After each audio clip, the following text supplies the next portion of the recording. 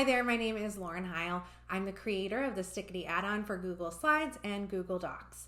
I'm so excited today to launch the addition of Stickity for Sheets and Stickity for Forms. So I wanted to start by briefly speaking to the problems that I'm trying to solve with Stickity on these two platforms in particular. One, to me, forms can all look the same, and often they're used in class as quick assessment tools.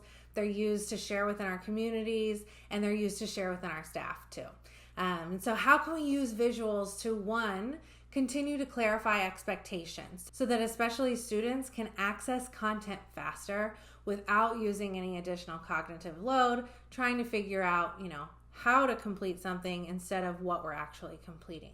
And then two, to use these visuals to encourage, to nudge, and to remind. So helping to remove our own mental workload so that we're not continually repeating the same reminders or expectations or always needing to check in with the same couple of students before they get started on a task. And then with Google Sheets, I took a bit of a different approach based on how we use this platform as educators.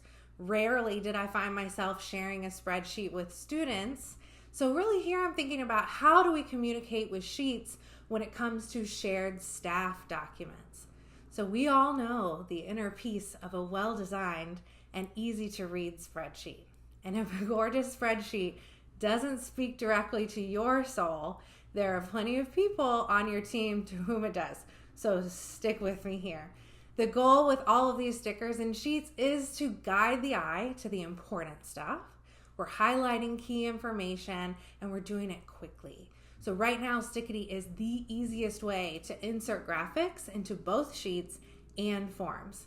And if you're not using Stickity, you'll be following 5 times the steps to get results like this. So let's look at forms first. So I have a blank form open right now. What you'll want to do if you are wanting to install Stickity is click on these menu dots up in the top right corner and then choose Get Add-ons. And then from there, you can search for Stickity and you'll see it pop right up here. You know it's Stickity for Forms because it says so, and you're going to go ahead and click on that.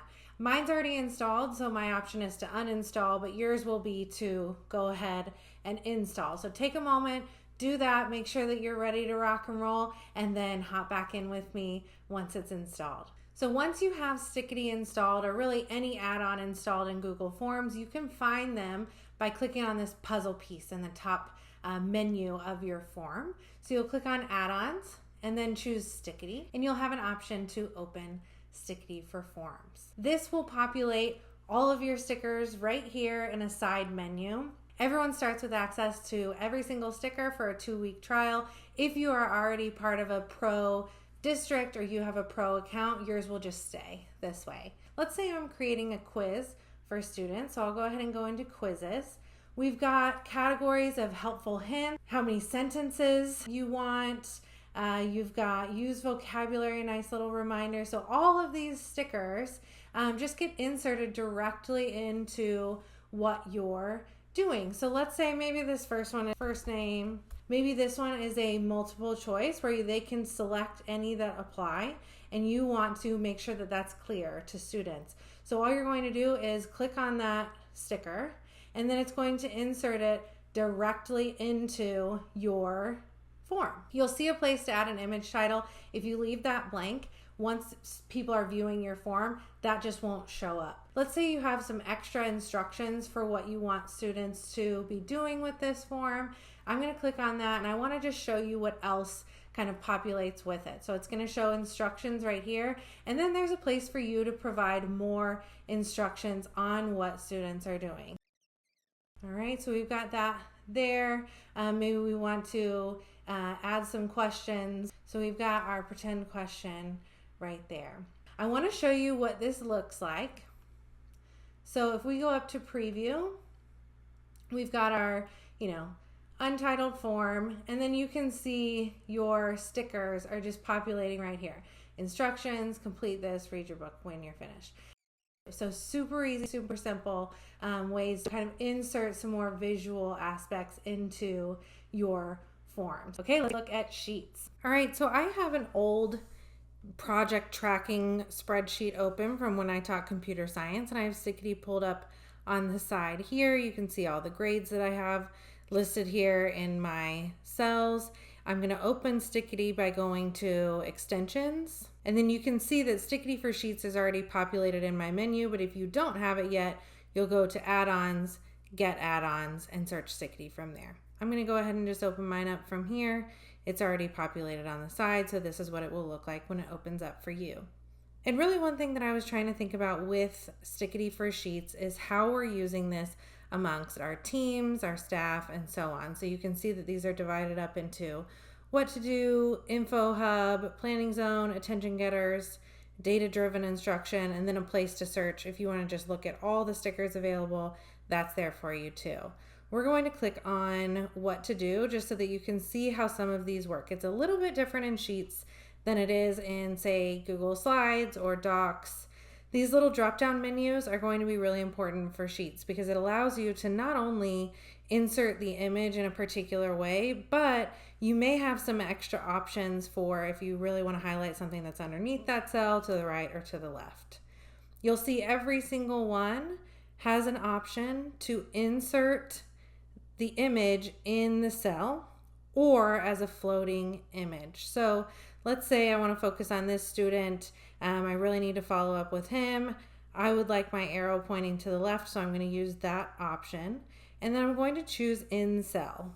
Every single one of the stickers is designed to fit perfectly within a cell. And so you can see that it's just right there in that spot that we had already selected.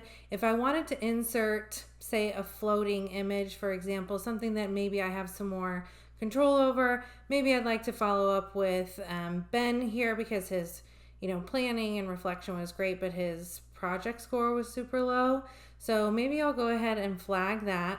I'm going to choose floating, and that's going to insert the image wherever our cell is selected.